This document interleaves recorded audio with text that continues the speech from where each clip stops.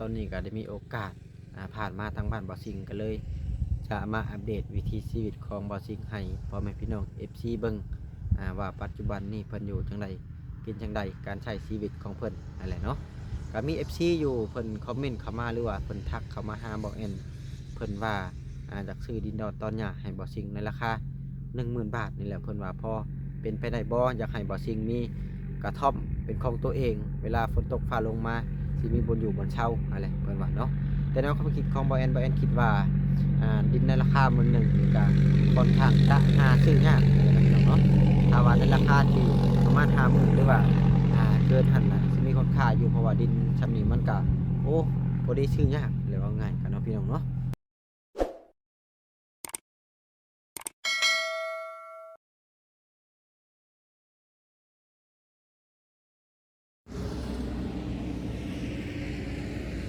สบายดีสวัสดีพ่อแม่พี่น้อง FC เบิดสุขุสู่คนบ่อยเป็นฝั่งไทยฝั่งลาวหรือว่าสิเป็นทางต่างประเทศก็ยินดีต้อนรับเข้าสู่ช่อง YouTube เบาเอ็นสตูดิโอหรือว่า Facebook Fanpage เบาเอ็นอีกแล้วเอาเสเปิดภาพมาตอนนี้ก็มาอยู่บริเวณกระท่อมทำใจของบ่าวสิงห์เพิ่นอีกแล้วเนาะก็ค่อนข้างจะลายมือพอสมควร ที่บอเอ็นบอได้เดินทางมาอัปเดตทางเบาซิงให้พ่อแม่พี่น้อง FC เบิ้งเนาะซึ่งพ่อแม่พี่น้อง FC หลายๆคนก็ให้ความสนใจหลายๆเนาะพี่น้องเนาะว่าอยากให้บอเอ็นนี่เดินทางมาอัปเดต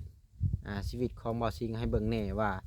ปัจจุบันนี่อยู่จังใดกินจังใดอะไรเนาะซึ่งมื้อนี้ก็พอดีว่าได้มีโอกาสผ่านมาทางนี้ก็เลยจะอัปเดตให้พ่อแม่พี่น้อง FC เบิ้งวิธีชีวิตของเพิ่น ซึ่งมากกะผู้เละเห็นกระท่อมของเพิ่นอยู่คือเก่าเนาะพี่น้องเนาะกับบ่ฮู้ว่าเราอยู่หรือบ่หรือว่าเราไปหาขุดกระปูบ่หรือว่าจังใดอันนี้บ่เห็นกะยังบ่ฮู้เนาะพี่น้องเนาะเพราะว่าส่วนลายนี่ยามกลางเว้นนี่มาจะบ่ค่อยเห็นเราเนาะจากเราไปทางใดให้แหละส่วนมากเราก็จะถือของกับเสียมคัดแอวไปตลอดเวลาก็บ่ฮู้ว่าได้หรือบ่ได้เนาะพี่น้องไปขุดกระปูนะคือขุดกระปูนี่เราจะได้อยู่มื้อประมาณ20,000เนาะพี่น้อง 20,000แล้วคูณแล้วใส่กระปุกน้ำสะอาดนะพี่น้องได้มือละ10-20,000เราก็ไปหาซื้อกาแฟยาสูบเนาะพี่น้องเนาะอาหารที่เราหมักก็นี่แหละก็เลยจะอัปเดตให้ FC เบิ่งก่อนพอดีผ่านมาท่านี้แล้วก็มี FC คอมเมนต์เข้ามาอยู่นะพี่น้องว่าอยากซื้อที่ดินดอนตอนหญ้าให้ทางบ่อสิงพอได้แล้วผูกกระต๊อบอยู่ในราคาประมาณ 10,000 บาทนี่แหละแต่ว่าราคานี่มันก็ค่อนข้างจะหายากเด้อพี่น้องเอ้ยตัดสิไปหาทางใดเนาะพี่น้องเนาะคือเพิ่นจะขายเป็นแผ่นยิ่งใหญ่เนาะพี่น้องเวลา50,000ไปเร็วเป็นแสนไปมันสิมีเนาะแต่ว่าราคาละหมื่นละใดนี่มันบ่ค่อยมีเพิ่นว่าจังน้อยถ้าว่าซื้อบ่ซิงเพิ่นว่าไปอยู่ใกล้ๆก็ได้เพิ่นว่าหรือว่าบ่อนใดบ่อนหนึ่งแต่ในความคิดของบ่แอนคิดว่ามันยากดินในราคานี่มันบ่มีไผจะขายดอกแบบว่าเล็กๆน้อยๆอีกอย่างเพิ่นก็ ยกตัวอย่างนะพี่น้องแบบว่าเพิ่นก็บ่อยากให้คนอื่นไปวุ่นวายในพื้นที่ดินเล็กๆน้อยๆของเพิ่นนะถ้าว่าคายลายนี่เพิ่นอาจจะคายลายในความคิดของบ่เอ็นตัวนี้เนาะพี่น้องเนาะจากที่ว่าจังใดก็มีแต่ว่าอัปเดตวิถีชีวิตของเราให้เบิ่งเนาะพี่น้องเนาะก็บ่ฮู้ว่าปัจจุบันนี้ก็ไปกินข้าวกินน้ำทางใดอะไรเนาะเพราะว่าแต่ก่อนบ่เอ็นก็จะได้ซื้อของต้นของฝากมาให้เราเนาะว่าจะเป็นมีมะม่าปลากระป๋องอะไรที่นี่ก็แปลว่าบ่เอ็นบ่ได้มีงบในจำนวนนั้นเนาะพี่น้องก็เลยบ่ได้ซื้อมาให้เราก็มีแต่ว่าอัปเดตเล็กน้อยมีแต่ว่าถ้าว่าคนใดสงสารก็บ่เอ็นก็สิเป็นสะพานบุญให้อะไรถ้าว่าคนใดอยากซื้อของต้นของฝากให้เพิ่นเนาะพี่น้องเนาะเอาก็โอเคพี่น้องเปิดการจักษาเสียเวลาจังไดก็ฝากพี่น้อง FC ไปติดตามรับชมเด้อพี่น้องเอ้ยว่าสิเห็นบ่าวซิงหรือบ่เนาะถ้าบ่เห็นก็ถ้าคิดว่าจังใดก็คือจะบ่ได้อัปเดตให้เบิ่งเนาะพี่น้องก็มีแต่ว่าสิเข้าไปหาเบิ่งบอลที่เราอยู่เลยเนาะเอากระสันกับเข้าไปเลยพี่น้องเอานี่เลยน้องพี่น้องบริเวณบ้านของบ่าวซิงนี่แหละนี่กับบดีเห็นทุ่มบ่าวบอสมาเบิ่งทำข่าวเพิ่นก็ไปได้ก็ขี่แต่รถใหญ่แท้เดี๋ยวนี้นะโอ้โตสบายดีมากันจะค้นอันนี้นะจ้อยบ่าวจ้อยกำลังเบิ่งคลิปน้องตุ๊กเป็นยังไงนะจักบ่แซนเอาขึ้นรถไปแล้วเบิ่งโอ้ ขึ้นเฮือนพ่อเพิ่น แต่มึง อันนี้ฮอดเลย บ่แม่นบ่ซุมเจ้าสิเฮ็ดเรือนให้เพิ่น เฮือนในไผ เห็นไว้เฮ็ดเรือนให้ผู้น้องตุกเฮ็ดเรือนหลังใหม่ เอาไปเฮาซอยเพิ่นแล้วก็พอแล้วสำหรับเพิ่น เบิดหน้าที่แล้วบ่บัดนี้ แม่ โอ้แอร์รถคือเย็นแท้นี่อยากได้เด้นี่ มาขึ้นเย็นนะ เย็นแฮงเนาะ จอดรถมานี่ เจอวันนี้บ่พอดีว่านี่ มาแล้วเจ้านั่นเด้อ สิมาอัปเดตบ่ซิง ไม่ใช่ล่ะมาอยู่บ่ ค่อยก็หากันมาฮอดนี่แหละ ก็หากลับมาแต่บ้านปัดแต๋วเดี๋ยวนี้ อ๋อ คอยสิบอกเจ้าเลยเด้อ อ่า วันอาทิตย์ ไปกินลาบงัวผูกแขนอยู่ดีมีแห้งเงินชานเพิ่นเพื่อนใหม่ปัดแต๋ววันอาทิตย์มื้ออื่นมื้อฮื้อนี่ ขอยย่านบ่ได้ไป เป็นหยังแล้ว เพราะว่าทางลุงเพิ่นเฮ็ดบุญเฮือนเพิ่นไฟใหม่มื้อน่ะเพิ่นก็เลยว่าเฮ็ดบุญเฮือน โอ้ ย่านบ่ได้ไปย่านซอยเวียกเพิ่น วันอาทิตย์นะพ่อ แม่นๆเพิ่นเตรียมงานแต่วันเสาร์พุ่นแหละของวันอาทิตย์ พังเบิ่งเนาะพังเบิ่ง ทางเบิ่ง อีกทีเนาะ นะคันได้ไปก็ไปบ่ยากหรอกอย่าให้บ่จ่อยมาสู่เอา นี่ใจก็อยากให้ไปน้ำกันนั่นแล้วหมู่ คันว่างก็สิไปอยู่ ถ้าว่างคักว่างแม่ เด้อ บ่หลายเนาะ กับว่างเวียกให้แล้วเอาง่ายก็ได้ไผมาจอดหันบ่แม่นบ่ซิงบ่นะ ขับรถลิโวได้ อ๋อบ่ซิงครับรีโว เดี๋ยวค่อยขับไปเบิ่งบ่ซิงก่อนเด้อ โอเค บ่เบิ่งนํกันบ่ โอเคบ่ อ๋อเดี๋ยวเบิ่งว่าซิงก่อนพี่น้องเอ้ยว่าบ่ซิงสิอยู่บ่อู้จะได้รถใหม่เนาะพี่น้องเนาะแอร์เย็นจ่วยเลยคนขี่รถใหม่นี่หน้าตาดีนะพี่น้องเอ้ย ก็โอเคเพิ่นขี่รถใหญ่พี่น้องเอ้ยโอ้บ่แอนก็อยากได้เด้แต่ก็คือสิบ่ได้ดอกพี่น้องเอ้ยว่าง่ายก็จักงานได้สิได้ชาตินี้จะได้ขึ้นน้ำเพิ่นหรือบ่เนาะ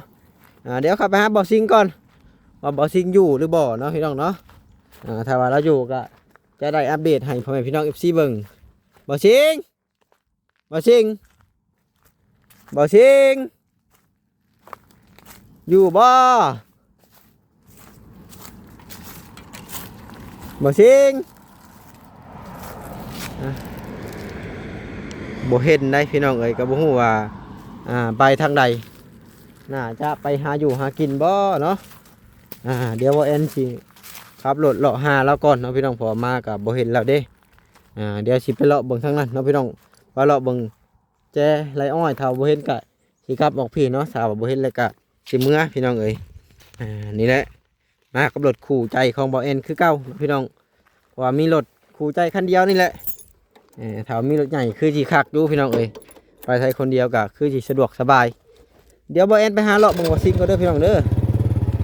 บอลที่เราเคยอยู่เพิ่นแหละเพราะว่าส่วนลายเราสิไปอยู่ทางนั้นเนาะเพราะว่าช่วงนี้มันก็ประมาณ3 โมงแรงเนาะพี่น้องก็บ่ฮู้ว่าสิเห็นแล้วหรือบ่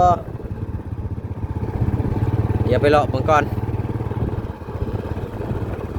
ถ้าว่าบ่เห็นก็สิได้กลับออกไป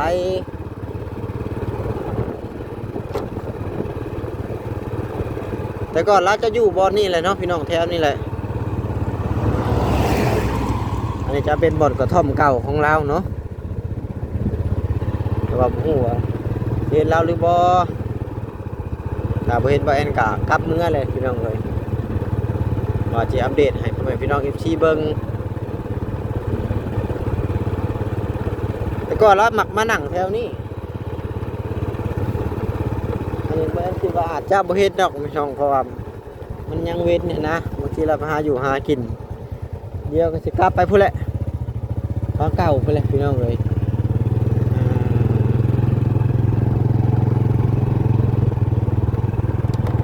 เดี๋ยวกลับไปเบิ่งทางเก่าก่อนพี่น้องเว้นนี่ก็สิได้เมื่อแล้วบ่เห็นก็ได้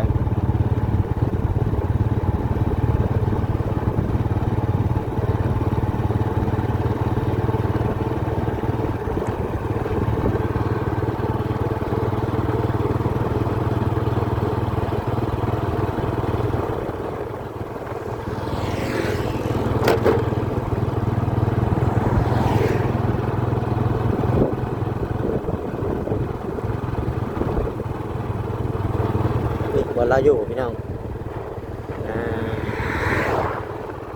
ว่ายามแรงนี่สิเฮ็ดเราอยู่แถวนี้แถวนี้เรามักอยู่ครับเราย่างไปขุดกระปูข้างหน้าพุ่นเลยแต่ว่ายามเที่ยงนี่บ่ฮู้ว่าสิได้เฮ็ดเราบ่เนาะเดี๋ยวก็ขับรถไปเบิ่งก่อนพี่น้องเอ้ยส่วนมากนี่เราจะเข้าไปอยู่ในโรงงานนี่แหละโรงงานนี่ข้างในนี่แหละส่วนมากเราจะเข้าไปอยู่ในนี่ยามแรกนี่เราจะออกมาแต่ว่ายามกลางเว้นมันสิบ่ฮู้ว่าเราไปอยู่ทางใดเราไปขุดกระปูบ่หรือว่าไปทางใดก็ยังบ่ฮู้พี่น้องเอ้ยเดี๋ยวเราก็สิไปเลย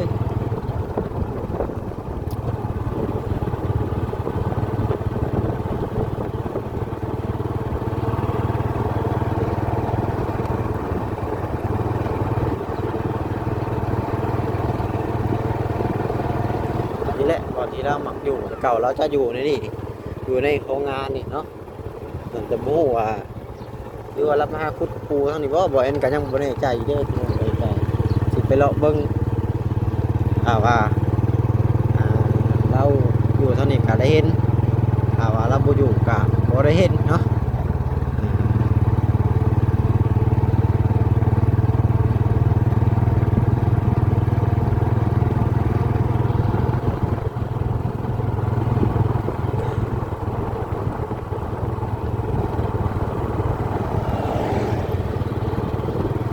อันนี้จะเป็นบ่อนพ่อเราอยู่กับแม่แล้วเนาะพี่น้องเนาะเราก็บ่ได้มีเด้เป็นคนที่บ่มีเดี๋ยวถ้ามีโอกาสบ่เอ็นก็สิได้มาเยี่ยมมายามเราเบิ่งเนาะพอบ่สิ่งเราอยู่ในนี่แหละเนาะพี่น้องเราก็คือว่าคนแก่แล้วได้ถ้าที่บ่เอ็นได้ยินบ่สิ่งเล่าสู่ฟังแต่ก่อนบ่ชัดช้าเดี๋ยวมีโอกาสอาจจะได้เข้ามาแหว่แล้ว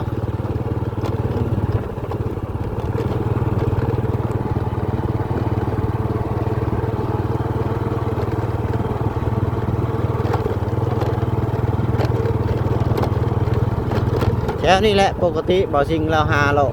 ขุดกระปูกระแป้งเนาะเราจะหมักคือของอย่างไปตามนี่แหละแป้งก็ว่าสิหาเราFC เบิ่งนี่แหละแต่บ่ฮู้ว่าสิเฮ็ดหรือบ่ญาติแต่บ่เฮ็ดแหละพี่น้องเอ้ยส่วนหลายนะ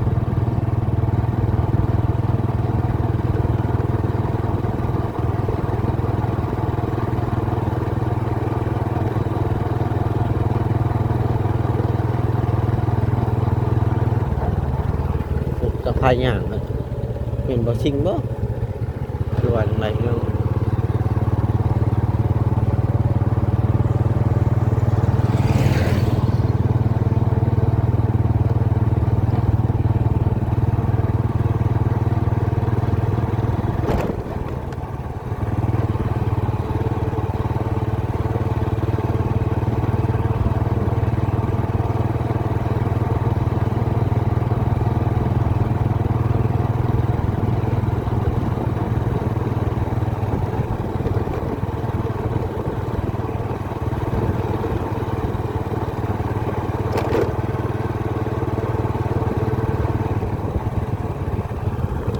เห็นพี่น้องเอ๋ยโอ้แต่ก่อนจะเห็นเราขึ้นกระปูแถวนี้แต่ว่ามื้อนี้นะบ่เห็นครับพี่น้องเอ๋ยกระชั้นกับบ่แอนก็สิขอโตจบคลิปก่อนได้เพราะว่าบ่เห็นเราเลยขับรถมานำทางแต่ก่อนเราจะอยู่แถวนี้แต่ว่าบ่เห็นเนาะถ้ามีโอกาสบ่แอนก็สิได้เดินทางเข้าไปหาเยี่ยมยามทางข่าวทั้งพ่อแล้วก่อนนะให้พ่อแม่พี่น้อง FC เบิ่งว่าพ่อเราเข้าจำได้แก่จำได้นั่นแหละบ่ง่ายกว่าพี่น้องเนาะสำหรับคลิปนี้กับฝากความเป็นพี่น้องที่เปิดสุขุสู่คนฝากกับกดไลค์กดแชร์กดติดตามเพื่อเป็นกำลังใจให้เด้อพี่น้องเอ้ยประคอโตลำลาไว้พี่น้องFCไปก่อนอยู่ดีมีแฮงเบิดสุขุสู่คนเด้อพี่น้องเอ้ยจบคลิปไปก่อนพอจบเพียงแค่นี้พี่น้องเอ้ย